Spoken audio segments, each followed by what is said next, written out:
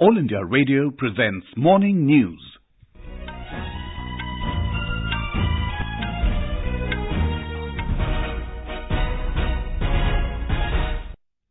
Good morning, I'm Sanjay Mattu. The headlines. Campaigning for the second and final phase of assembly elections in Chhattisgarh ends today. 72 constituencies go to the polls on Tuesday. Finance Minister Arun Jaitley hits out at West Bengal and Andhra Pradesh, barring CBI from probing cases in their states. President Ramnath Kovind leaves on a week-long visit to Vietnam and Australia this morning. At least 43 killed in airstrikes on militant hideouts in Syria. And in cricket, India beat Australia by 48 runs in their final match of the group stage in ICC Women's World T20 in Guyana.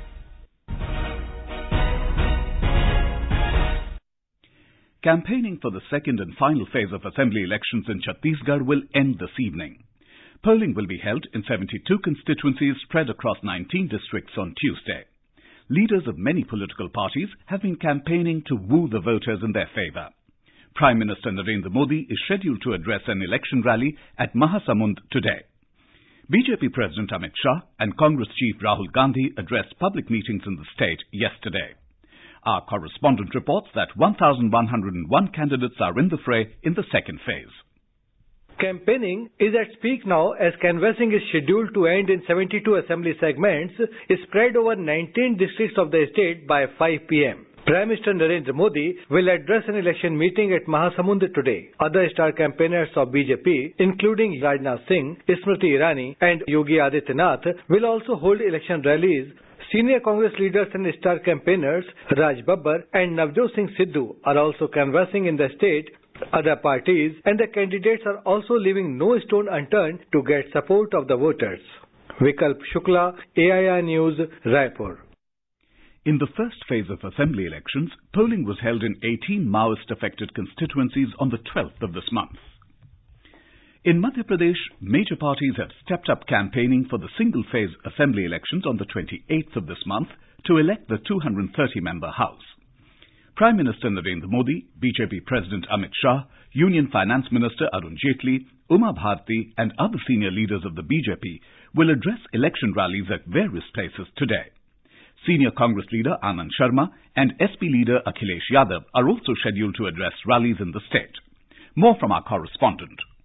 The Prime Minister Narendra Modi will address two public rallies at Indore and Chhindwara today. This is the second visit of Prime Minister for campaigning in Madhya Pradesh Assembly elections. BJP President Amit Shah will address rallies within the area. Senior Congress leader Anand Sharma and Pawan Kheda shall also be in Bhopal today. Aam Aadmi Party leader Sanjay Singh will also take part in meetings in support of party candidates. There are 2,899 candidates in the fray, including 250 women candidates. Sanjeev Sharma, AIR News, Bhopal. In Mizoram, as electioneering is gaining momentum with the participation of political leaders, the Chief Electoral Office is organizing training programs for the polling officers as well as block-level staff. The state is going to the polls on the 28th of this month to elect the 40-member assembly. More from our correspondent. Training programs for the police personnel on poll-related security is going on in districts. Election Department's Expenditure Monitoring Cell is also organizing training programs on expenditure for all party candidates. Chief Electoral Officer Ashish Kundra informed that videography of polling will be made in 32 critical polling stations. Also, state police along with Central Armed Police will be deployed in all polling stations categorized as critical and those are placed in vulnerable locations. In total, around 1,164 polling stations will be set up. Irene, AIR News, Aizawl. In Jammu and Kashmir, polling for the first phase of Panchayat elections concluded peacefully. According to Chief Electoral Officer Shaleen Kabra, 74.1% polling was recorded in this phase across the state. In the Kashmir region, an overall 64.5% voter turnout was recorded. Polling was held in 16 blocks spread over 6 districts of Central and North Kashmir in this phase. In the Ladakh division, election was held in only 20 panchayats, which recorded 60%, while Kargil recorded 77.7% voting. In Jammu region, the polling percentage in 29 blocks of 7 districts was 79.5%. President Ramnath Kovind is leaving on a week-long state visit to Vietnam and Australia this morning. On the first leg of his tour, he'll reach Vietnam. Our correspondent reports that this will be the first visit of the President to an ASEAN country since assuming office, and the first ever visit of any Indian President to Australia. The President's visit is a part of India's continuing and growing engagement with countries in the Indo-Pacific region under its Act East policy. His visit to Vietnam is considered significant in view of Vietnamese President and Prime Minister's separate visit to India early this year. The President will be accompanied by a high-level delegation which includes Union Minister of State for Skill Development and Entrepreneurship Anand Kumar Hegde and Member of Parliament's Kamakhya Prasad Tasa and Dr. Hina Vijay Kumar Gavit. India and Vietnam have strategic comprehensive partnership and deep civilization linkages. Sanjeev Sundaryal, AIR News, New Delhi. Union Finance Minister Arun Jaitley hit out at West Bengal and Andhra Pradesh, barring the CBI from probing cases in their states. Talking to reporters in Bhopal in Madhya Pradesh, Mr. Jaitley said only those who have a lot to hide have taken the step of not letting CBI come to their states. He said there's no sovereignty of any state in the matter of corruption. Mr. Jaitley said Andhra Pradesh's move is not motivated by any specific case but appears to be in fear of what is likely to happen. The minister pointed out that the West Bengal government's move will not help Trinamool functionaries in cases involving investigations into the Sharda Chit Fund scam. Mr. Jaitley said the CBI had been formed to investigate corruption cases in the central government and organizations across the country, and any move to bar its entry into states will harm the federal structure. It's only those who have a lot to hide who will take the step of saying that let CBI not come to my state. It is believed that the Andhra move is not motivated by any particular case, but by the fear of what is likely to happen. This is All India Radio giving you the news. For quick news updates round the clock, follow us on our Twitter handle @AIR News Alerts. You can also log on to our website, newsonair.nic.in. In Syria, at least 43 people were killed in airstrikes by the US-led coalition on the pocket held by the Islamic State group in the eastern part of the country. The Syrian Observatory for Human Rights said that 17 children were among 36 Islamic State family members killed in Abu Husna village of Deir Ezzar province near the Iraq border. The US-led coalition has been backing a Kurdish Arab alliance called the Syrian Democratic Forces, or SDF, fighting to expel the militants from the pocket around Abu Husna. Observatory chief Rami Abdel Rahman said it's the highest death toll in coalition airstrikes since the SDF launched its attack against the IS pocket in September. Back home, the government has appointed Unique Identification Authority of India, or UIDAI, CEO and GSTN Chairman Ajay Bhushan Pandey as the next Revenue Secretary. The Appointments Committee of the Cabinet, in a notification yesterday, said Mr. Pandey, who's a 1984 batch Maharashtra cadre IAS officer, will take charge as the Revenue Secretary after the superannuation of current Finance and Revenue Secretary Hasmukh Adhya on November 30. The notification said Pandey will continue to hold charge as the Unique Identification Authority of India CEO and GSTN Chairman until further orders. Special Secretary in the Department of Revenue, Girish Chandra Murmu, will be the new Expenditure Secretary.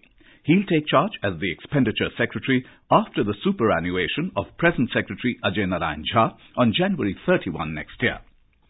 Delhi Chief Secretary Anshu Prakash, who was allegedly assaulted by Aam Aadmi Party ministers and leaders during a late-night meeting at Chief Minister Arvind Kejriwal's residence in February this year, has been posted as Additional Secretary in the Department of Telecommunications. India's latest communication satellite, GSAT-29, has been successfully pushed up to its intended orbit during its third orbit-raising activity. Indian Space Research Organisation Chairman K. Sivan said the GSAT-29 satellite orbit was raised successfully and the satellite will drift to its final position. He said everything is fine with the satellite. In Arunachal Pradesh, the Pradhan Mantri Matritva Vandana Yojana is encouraging pregnant women for antenatal checkups and vaccination of the infants after birth. This is a conditional cash transfer scheme for pregnant and lactating women for the first 2 live births. Here's a ground report from our Itanagar correspondent. In Arunachal Pradesh, pregnant women in the far and remote villages are reaping the benefits of the Pradhan Mantri Matritva Bandhana Yojana. This scheme has encouraged people for institutional childbirth for a healthy baby. Terry Utta, a beneficiary of the scheme from Tigdo village in Papumpare district, said, entry करके हम लोग को पैसा मिला है, वो पैसा मिलके 2000 पर 1000 इंस्टॉलमेंट में आया है, उसका बाद 2000 करके उसका 5000 पूरा आया, वो पैसा लेके बहुत तकलीफ समय में हम लोग को वो पैसा मिला है. बहुत अच्छा हुआ ये स्कीम जो हम लोग के लिए. The scheme provides partial wage compensation to women for the wage loss during birth and child care and provides conditions for safe delivery and good nutrition and feeding practices. Rakesh Dole, AR News, Itanagar. In Tamil Nadu, relief operations are continuing in full swing in the cyclone-affected districts. Chief Minister E.K. Palanisamy is visiting the affected places today. As the cyclone Gaja battered the coastal districts of central Tamil Nadu, the death toll due to nature's fury has mounted to 33. The ongoing India International Trade Fair at Pragati Maidan in New Delhi will open for the general public from today. Tickets will not be sold at the trade fair sale counters. However, the tickets will be available at all metro stations other than Pragati Maidan. Visitors can also book tickets online through the ITPO portal www.indiatradefair.com. On to sports now. In cricket, India beat Australia by 48 runs in their final match of the group stage in the ICC Women's World T20 at Providence in Guyana. Chasing a target of 168 runs last night, Australian Eve scored only 119 in 19.4 overs. Anuja Patil took 3 wickets for India. Earlier, India scored 167 for 8 in the scheduled 20 overs. Opener Smriti Mandhana scored a blistering 83 and Harmanpreet Kaur smashed a quick 43. India and Australia have already stormed into the semi-finals. And now for a look at today's newspapers for the major stories, it's over to Subhadra Ramachandran. Thank you, Sanjay. Photographs of Prime Minister Narendra Modi greeting the new President of the Maldives, Mohammad Solih, are published on the front pages of most papers. On Mr. Modi's visit to Malé, the Hindustan Times reports, India, Maldives agree to maintain peace, stability. Its poll season and election-related news is prominently covered on the front pages of most dailies. On the forthcoming assembly polls in Rajasthan, the Indian Express reports, after leaving BJP in September, Manvendra Singh is Congress nominee against C.M. Raje. Focusing on Madhya Pradesh, the Asian Age Rights, BJP MP manifesto, jobs, farm bonus, scooty for girls. Rumblings within the NDA over seat sharing for the 2019 general election are also keenly tracked by the press. On the ultimatum given by the Rashtriya Lok Samata Party chief, the DNA writes, Kushwaha asks BJP to revise seat sharing formula by November 30. The first phase of the Panchayat polls in Jammu and Kashmir are widely noticed by the press. The Tribune reports, J&K Panchayat polls, 74.1% turnout. Voters defied terror threats, boycott calls. The Times of India leads with Union Finance Minister Arun Jaitley's remarks at an awards function in Mumbai. The paper quotes him as saying, "Don't throttle credit flow," FM tells RBI ahead of key meet. All the papers pay glowing tributes to retired Brigadier Kuldeep Singh Chandpuri, who passed away yesterday. Recalling his stellar role in the 1971 Indo-Pak War, the Tribune writes, Battle of Longewala hero dies at 77. And finally, news about an act of incredible generosity, the DNA writes, time to give back. Alumni couple donate $1 million to BITS, Pilani. And with that, it's back to you, Sanjay. Thank you, Subhadra. That was a look at today's newspapers for all the major stories. And now, before we end the bulletin, the headlines once again. Campaigning for the second and final phase of assembly elections in Chhattisgarh ends today. 72 constituencies go to the polls on Tuesday. Finance Minister Arun Jaitley hits out at West Bengal and Andhra Pradesh, barring CBI from probing cases in their states. President Ramnath Kovind leaves on a week-long visit to Vietnam and Australia this morning. At least 43 killed in airstrikes on militant hideouts in Syria. And in cricket, India beat Australia by 48 runs in their final match of the group stage in ICC Women's World T20 in Guyana.